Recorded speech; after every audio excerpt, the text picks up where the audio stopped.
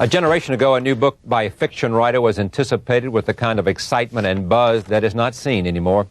In the age of internet, information, and images, many publishers doubt the younger generation reads very much. Who and what are the future of American fiction?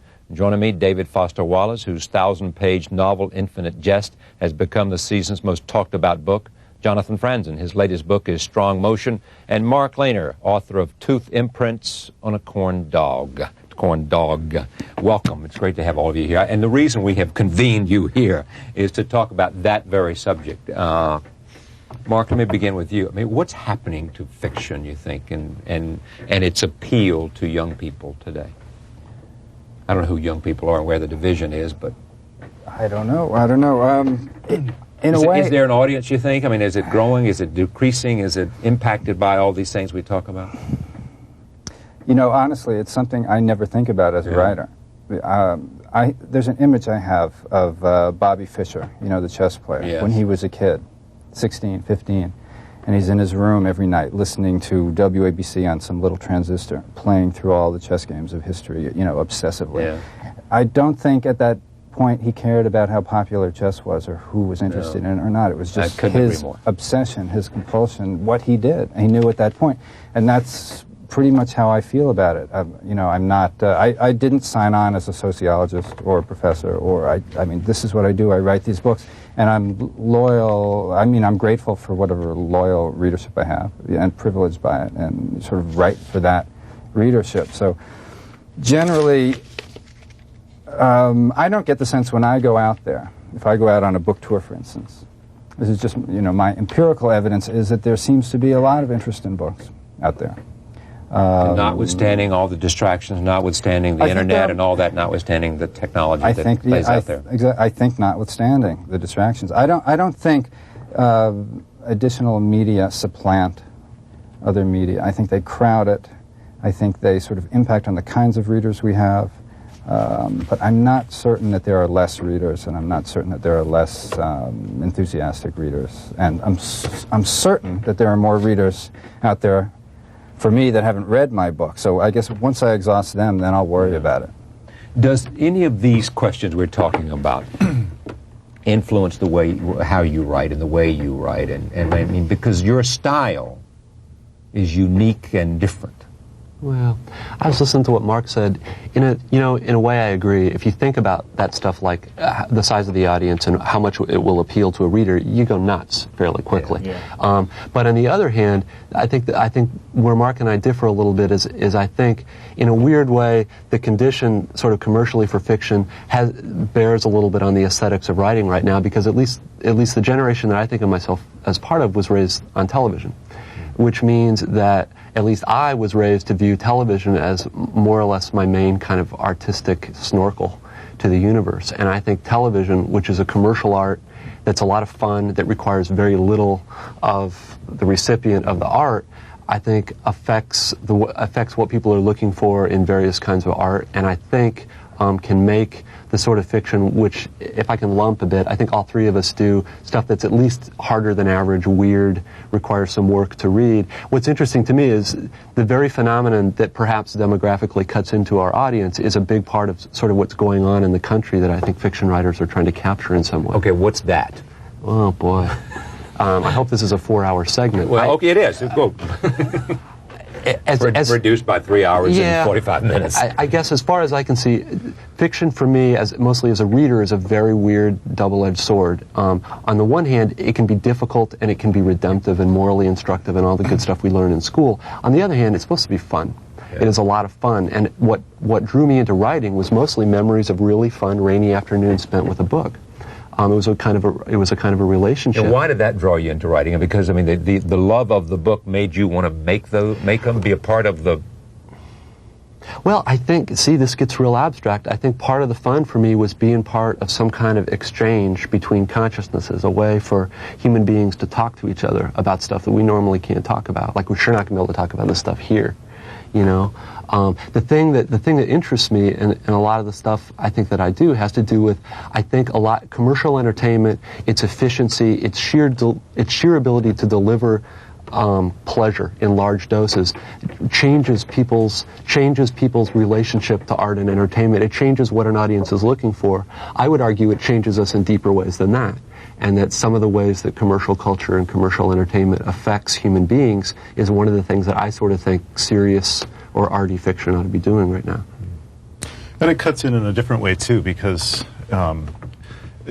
I think 50 years ago, somebody setting out to write a scene at a precinct house basically, would go to a precinct house and feel that pretty much anything they had to say about it would be fresh and interesting. And now, if I sit down to write about, I basically won't write about a precinct house because I see so many of them on TV. They do such a slick job.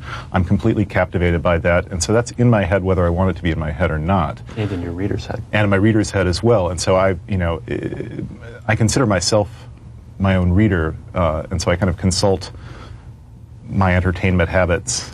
So to say that I don't think about an audience is both true and not true, because I think about myself as an audience, and that audience is one that has had its expectations regarding all kinds of narrative art profoundly changed by what's happened in the last 50 years.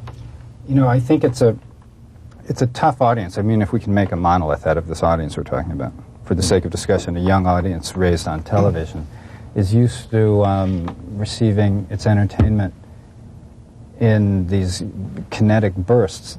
And it's tough to sway people like that to a book, to reading a book. I mean, if you go to public places now, first of all, I think one of the terrible things that's happening, I mean, I watch a lot of TV myself. I don't think it's evil in any sense, but I do think compulsory viewing of television is evil. One of the last refuges in which we can read anymore are these sort of it's an obscure state. It's only in Rhode Island.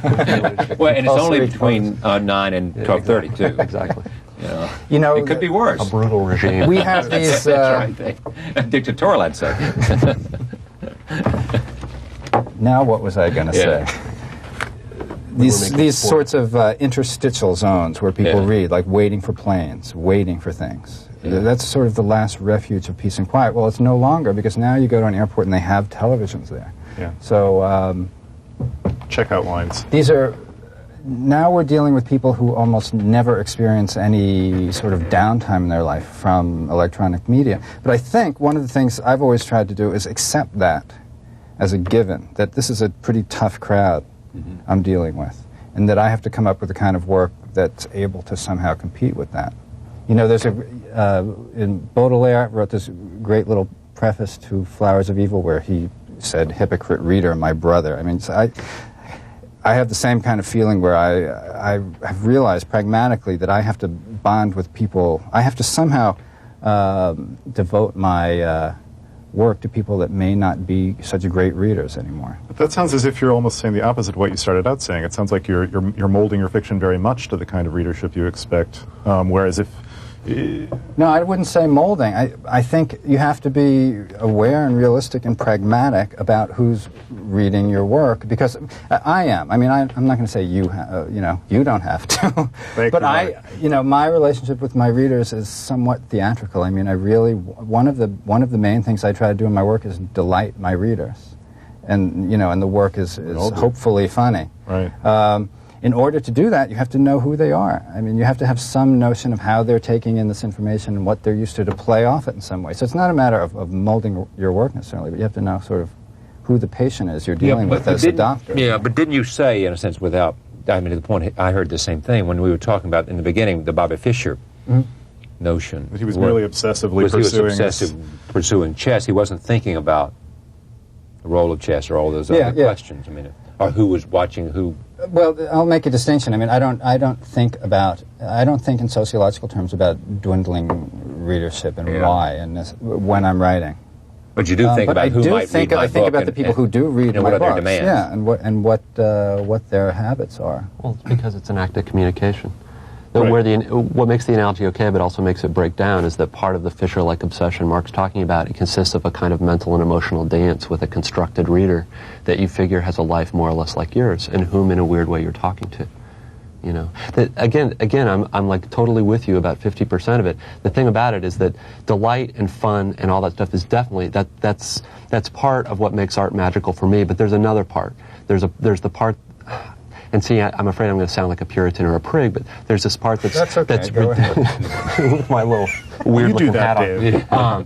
No, there's this part that makes you feel full. There's this part that is redemptive and instructive, where when you read something, it's not just delight. You go, my God, that's me. You know, I've lived like that. I've felt like that. I'm not alone in the world. I mean, you can get very kind of abstract in the way you talk about it. What's tricky for me is, see, it would be one thing if everybody was absolutely delighted watching TV 24/7, but we have as a culture not only an enormous daily watching rate, but we have a tremendous cultural contempt for TV. I mean, from Newton Minot's The Vast Wasteland has become kind of culture-wide, such that now TV that makes fun of TV is itself popular TV. There's this way in which we who are watching a whole lot are also aware that we're missing something, that there's something else, there's something more, while at the same time, because television is really darn easy, you sit there, you don't have to do very much, and in many ways... Not easy to do, though. Oh, no, we've never suggest that. But, you know, there's also, I mean, there's a second model you can sort of come at the audience problem which is that people who read books, who seriously read books, who read a lot of books nowadays, it's like a priori not of the mainstream. You have a weird audience who is defined in large part by their non-participation in mass entertainments of that kind, and I think another way you can go about it is to just basically keep on doing the same old kind of book, making little subtle nods to the fact that it's now 1996 and not 1896. The only people who read like serious fiction are people who don't watch TV? No. Thank you for drawing that out for me, Dave. If I've misheard, enlighten me. My impression is that people who read a lot of books, just seat of the pants sense is that they do that because they don't fit in some way. At some point in their lives, they've found solace. They have found it necessary to engage with books because the community, the society around them, is not giving them everything they need. And I think that's a fair description of a person who continues to read challenging books that require sort of an effort of concentration. Yeah, I want to ask that especially you about that. Do you think that, I mean, your books are known to be, this book is known to be complicated and long, compared even to the internet. Is it simply because that's the way you express what you have to say, or is it some sense of design there? Yeah. There's some sense of design. Part of it, I think, is for me it's weird. I feel like I'm kind of, if you put these two guys in a blender, I am these guys sitting right here. I mean, part of it. One of the things that I want is to do something that is, it's complicated and it's hard.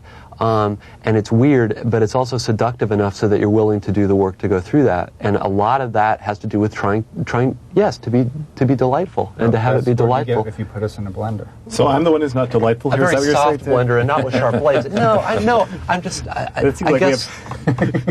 I mean, it's not any kind of tactic or whatever, but I think, at least for me, the way I am as a writer comes very much out of what I sort of want as a reader. And what sort of got me off, when I was reading. And a lot of it has to do with, good Lord, I'm really stretching myself. I'm really having to think and process and feel in ways I don't normally feel. And the book has motivated me to do that. Let me ask this, if we talked all around this, is what you like to read different today than it might have been 10 years ago? What you like to read, and why? Oh, 10 years ago, what? GQ, Hardy Boys, exactly. Well, but you know what I mean. I mean, in terms of what's on the landscape today and what you want to read, is it different than it might have been? I don't really read, and I don't read much contemporary fiction, I have to say. Yeah. Why not? I'm not quite sure why not. There may be some anxiety about the influence of it in some way. Just wanting subconscious influence on the way you write. I also love reading nonfiction and just grab it at the library every week. Just books about every sort of thing. And I'm also catching up, I think, on what I should have read. When I was getting high and screwing around all the time. I mean, I'm re-educating myself to some degree. You what? Might want to edit that part. I said I'm finished with that now. Which I found is not a bad thing to do. I mean, it's not a bad thing to read to read the books we were supposed to have read in college. You read mostly then But you don't read contemporary fiction, but do you read Not mostly really. nonfiction then? Mostly nonfiction and then older sorts of things. Mostly, you read what today? If I understand your question, 10 years ago I was reading a lot more avant-garde stuff, and I thought it was very cool. One of my complaints right now is that because I think commercial entertainment has conditioned readers to want kind of more easy fun, I think avant-garde and art fiction has sort of relinquished the field and is now... Basically, I don't read much contemporary avant-garde stuff because it's hellaciously unfun. A lot of really serious literary Was it hellaciously unfun 5 years ago and 10 years ago? Well, the stuff I was reading 10 years ago was avant-garde stuff from like the 60s and early 70s, which, as far as I can see, was kind of the heyday, at least of contemporary avant-garde stuff. But these days, a lot of it is very academic and cloistered, and basically written for critics and college teachers and PhD students. And it's something that I feel a lot more strongly about that than I do about TV. Let me... For those, in a sense, Jonathan, for those who say the novel is dead and the age of fiction is past, you three are witness to what? Or testimony to what? Oh, I'd say we're testimony to the fact that it is not dead. The people are still doing it. That there's still audience for it. It might not be the kind of big clout audience that Mailer and Hemingway had in the 50s. And the novel dead. I think the novel and its audience may be returning to a point before there was kind of a golden 100 years before TV and movies had fully taken over, but after universal education or nearly universal education had produced a large audience of readers. The novel was the only game in 1880, 1890. 1900. Infinite Jest, David Foster Wallace, Strong Motion, Jonathan Franzen and Mark Leyner's Tooth Imprints on a Corn Dog. I thank you for coming. Thank you, sir. Thanks, Charlie.